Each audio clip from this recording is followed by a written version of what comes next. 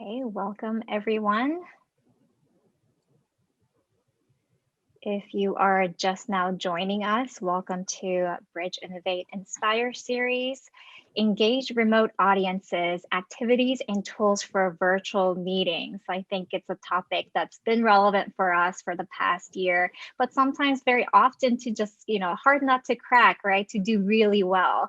So we are excited to have you. If you are here with us, I encourage you to say hello to us and our guest speaker, Martha McGinnis, by using the chat and giving us your name and name of your organization so we can see a great group of audience say hello. Thank you, Luke. Luke is welcoming everyone. If you're seeing that message, feel free to add your note there. Let us know you're here. And we'll get started shortly.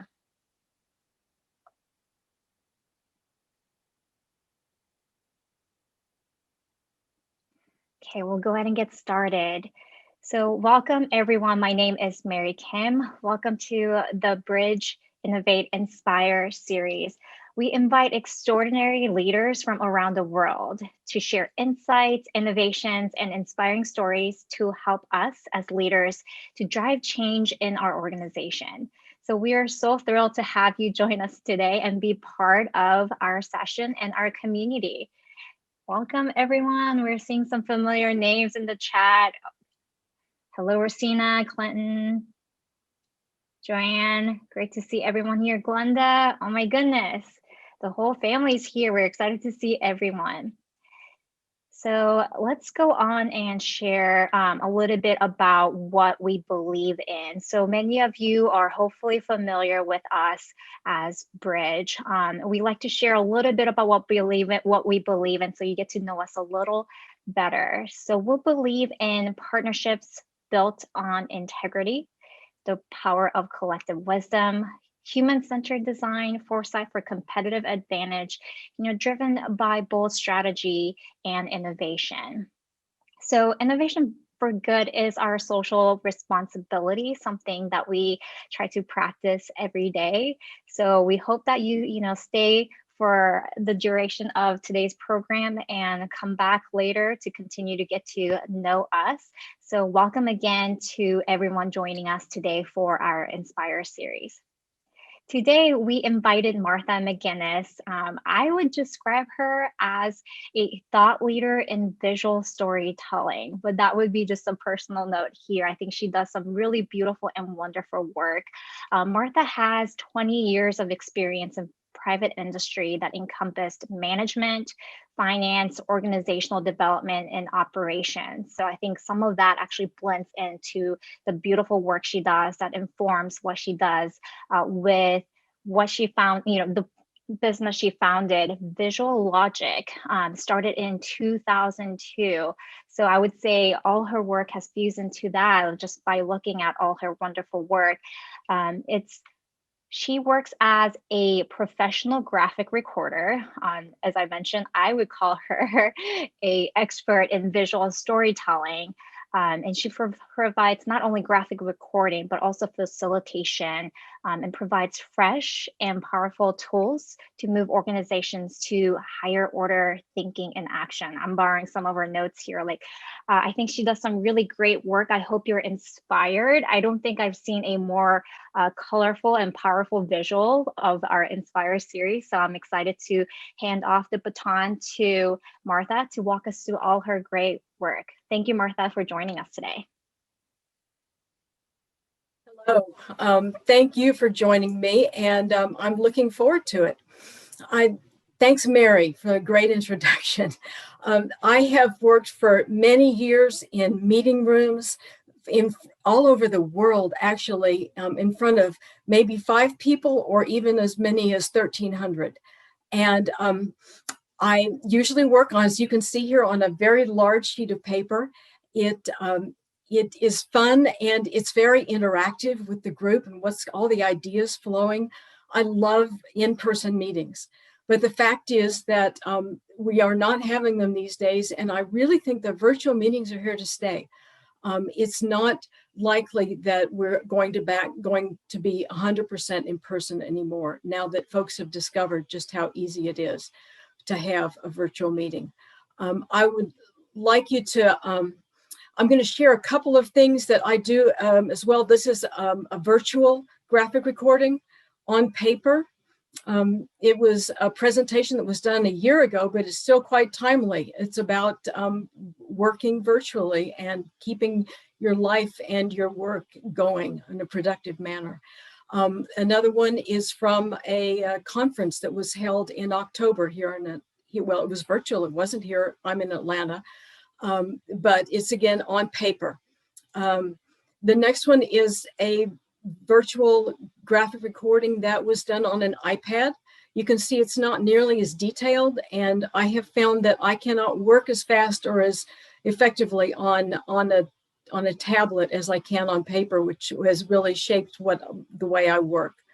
Lastly, this was a slide that was done for a consultant friend of mine, and it's done electronically, because that way I can shift the words around, change colors, do all kinds of things with it that I couldn't do on paper, but it's not done live.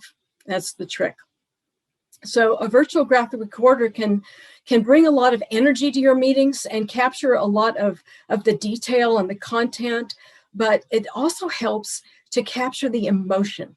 That's because the images themselves carry an emotional content that's not present in the black and white page. And it really helps later when you bring people back to the meeting, when you send them a sheet out that has everything in it that is really of importance. It's like an illustrated executive summary. And it helps people not only remember and get back how they felt at the time, but it anchors the short-term memories into long-term memory so that they can remember and in the long term. So now I'd like to have an activity and introduce something called Mural. I don't know if everybody has used this before, but if you happen to have a second tablet or an iPad, you might go to bit.ly.com, bit.ly/muralplay. Or if you open the chat in Zoom here, there is a link, and you can paste that into a new browser window. If you hit escape, you should be able to minimize your window and get to the browser.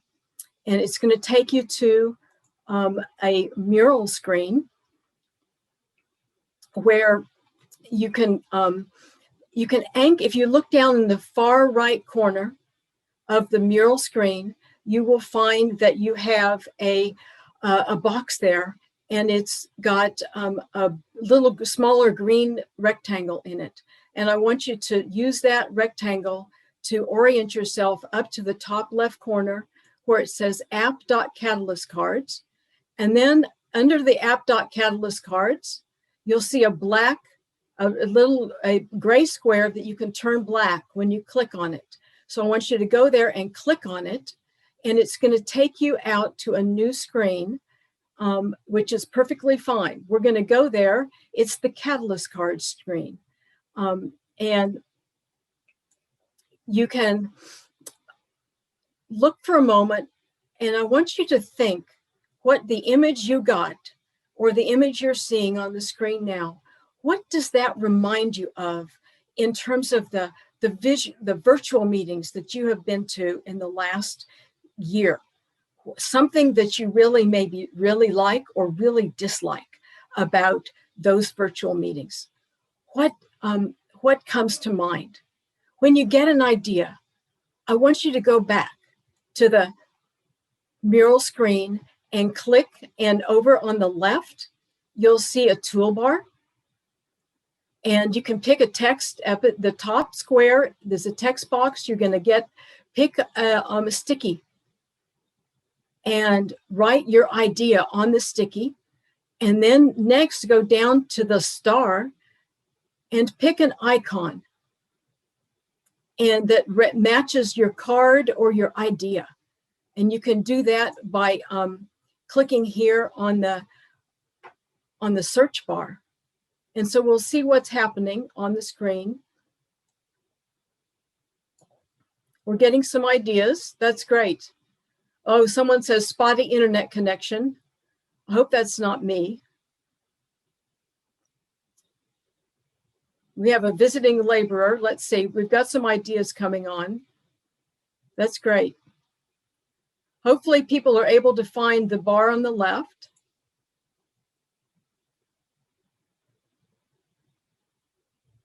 And click on the tab there.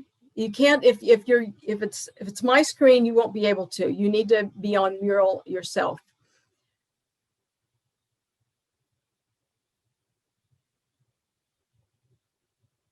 All right.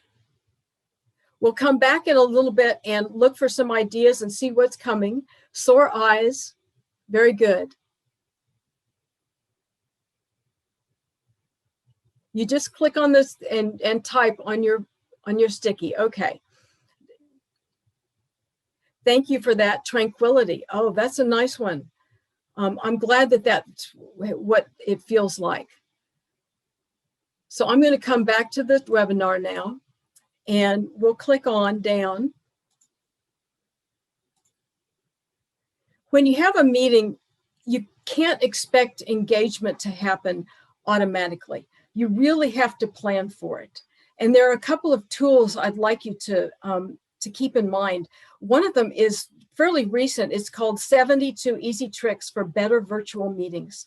And it's an ebook that's very inexpensive. And it's not just a bunch of ideas. It's actually a guide to setting up your event so that it's engaging and keeps people moving and just making it a really great meeting. I heartily recommend it. There's a link here that you can follow to get it for yourself. And one of the things that the author, Kristen Leidig Bryant, mentions is the 7-minute rule.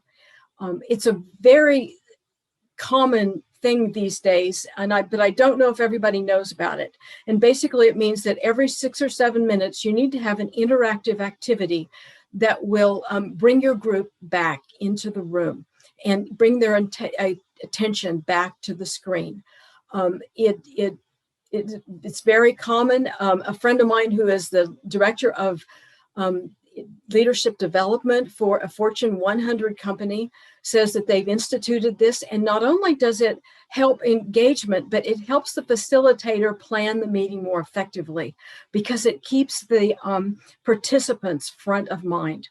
A couple of other points she had were to always have a producer as well as a facilitator, and that lets the technical stuff reside with somebody else so you can relax. It also helps engagement because people can ask the producer for assistance if they're having a problem, and they don't have to bother you or to interrupt the meeting to do that.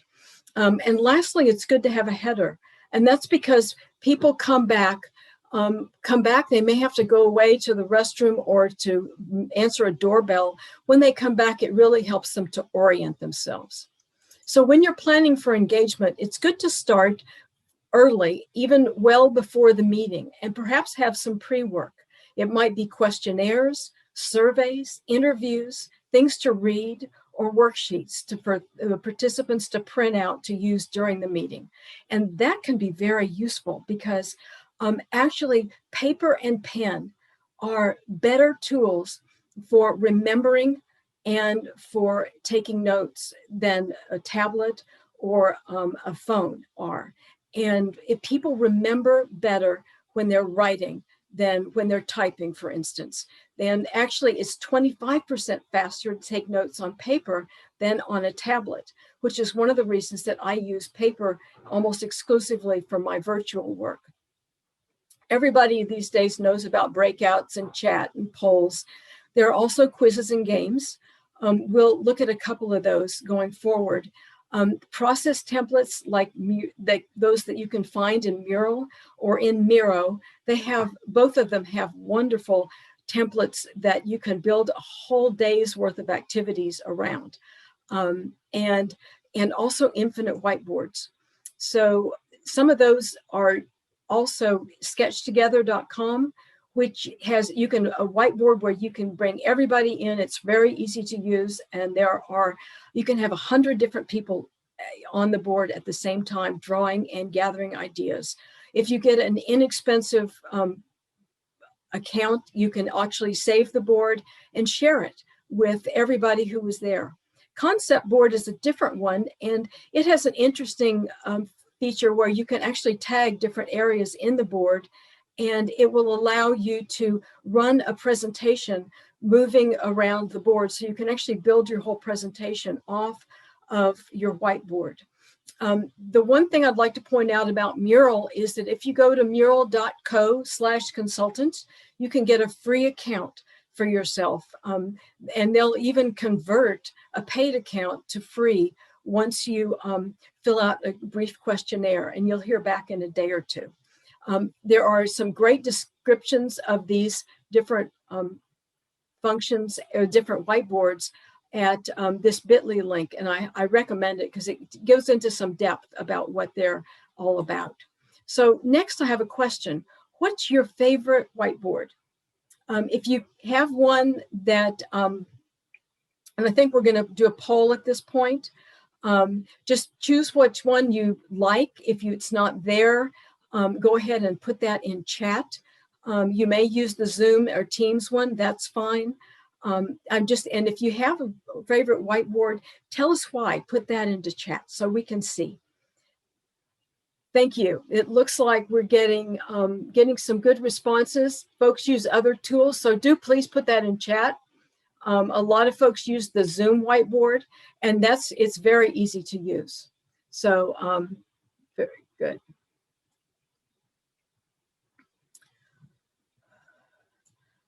So let's move on. And it looks like Miro won in terms of specific tools. That's no surprise. It's older than Mural and many of the others, but they're coming up all the time. So I'll be interested in seeing what other folks have put in chat. So part of the challenge in using an online whiteboard is that most people's names show up. If you're working a meeting, you usually like to have folks identifying themselves, but for some things, it really is important that they be anonymous. So you can have folks change their names by just switching their name to something nonsense or putting in dots, or you can use a dot voting method to make selections, and that's also useful. And they're available in both Mural and Miro. Next, I'd like to talk a little bit about openers. There's nothing worse than an icebreaker that has absolutely no connection whatsoever to the meeting at hand. I find it almost offensive. And so it's important to build your icebreaker in carefully. You can use it to build community, have people discuss things in breakouts. Very useful. A couple of those would be check-in is a very good one to use. Catalyst cards, again, can be powerful tools for getting people to think deep and wonder and share with each other what's going on in their world and with the issue at hand. They'll add a note of fun, which can be really important. And also they lead into the work. And that's the important thing to build in here. Wheel of Names is a fun one. You can add not just names, you can add dozens of things on a list and then run the spinner and let it choose for you what people are going to talk about. That's a good thing to do perhaps in breakout sessions. So you could also want to go deep into the whys and what's at stake. And having a note of fun also creates a sense of safety. When people are in their silos or feeling too serious, they're not in a creative mood. And that's so important to begin to open things up and prepare them for creativity. So one thing I'd like to share is a book I read years ago, actually now, Fierce Conversations by Susan Scott. She talks about something called Conversations for Mineral Rights. And it's an amazing idea or way to have a really deep conversation and get to what matters, what's really going on. She's got methods in there, and I knew immediately when I heard about it what it was about, because I came from an oil town. There was a refinery on each side of town, and a pumping oil well in the middle of the college campus in town. And one of the things about oil is when you drill deep, you strike salt water at some stage. And I found in my own life, when I get really deep and really personal, I strike salt water. So I knew immediately what this meant. You can use different methods for getting to a deeper level with folks by opening with a poem or a quotation. I have a colleague who does this very effectively, and she chooses wonderful poems and thoughts for folks to contemplate and then share. And another idea is the sacred spiral, which there's a long description of it that I'll share with you later, but in the moment, it really is simple. You just take a large sheet of paper and start from the outside, draw a spiral circling in. And what you want people to do this on a pen and paper, because it really helps them shut out the outside world and come in and focus right on the matter at hand. And then when when they've reached the center, you want them to contemplate an idea or a question briefly. Then the next step is to have them circle back out again. And as they circle out, their thinking and their mind and their perceptions tend to open up as well, which puts you in a good place to do the next thing, which is to go big. And there are lots of ways to invite creativity and innovation into your meetings. There are so many methods, but I'll just share one. This is the Disney Creative Strategy.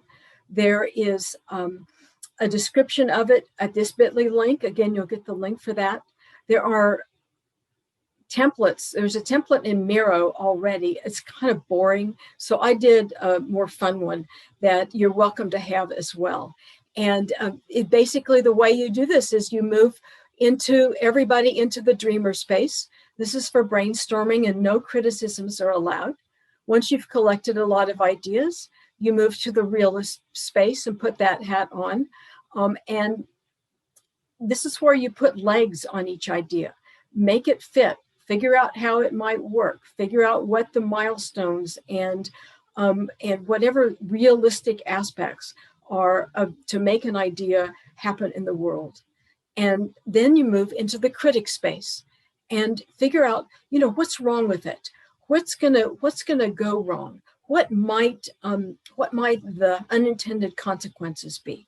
And then you move back into the realist space to address those issues. And you can move back and forth from one space to the next until you've really gotten your idea clarified and satisfied, and built out rather. So we're not going to have time for the creativity activity, but I would like you to know that if you want to do your own icons and templates, there are some tools for iPad or Android tablets. I happen to use Concepts on an iPad, but you can also use Concepts on Android. Procreate is another wonderful program that is very good for capturing things on an iPad. Now you can get a PDF with the slides and links by emailing me. That's martha@visual-logic.net. And you do not want to get .com because it's a completely different company.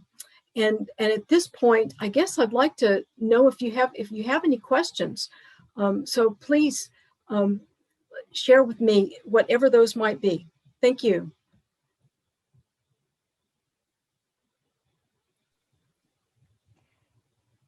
Thank you, Martha. And I would encourage our attendees, if there are any questions they're dying to ask Martha, if you will go ahead and put it in the chat for us. We'll go ahead and see if we can answer a couple of questions. I think we have just enough time to do so. We'll see if anything comes. Yeah. I see someone has shared Occam's razor. That's wonderful, wonderful tool. So, in Google Slides, and Google Slides are becoming very a very useful tool. And Jamboard is also wonderful. Thank you for mentioning those. And I'm glad they're accessible to low-tech participants. I didn't know that. So Stormboard. Martha, sorry, go ahead. No, that's fine. But my favorite tool,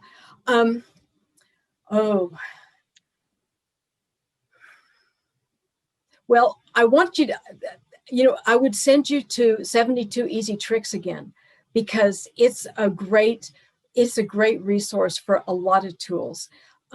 My favorite one would probably at this point be Mural, but I think it's mostly because I've used it the most. Thank you. What do we get if we email for a PDF?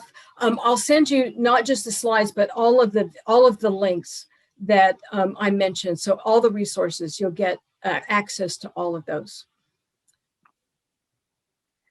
And I just wanted to know, Martha, the slides you've created, you've drawn them individually. I didn't realize that's amazing.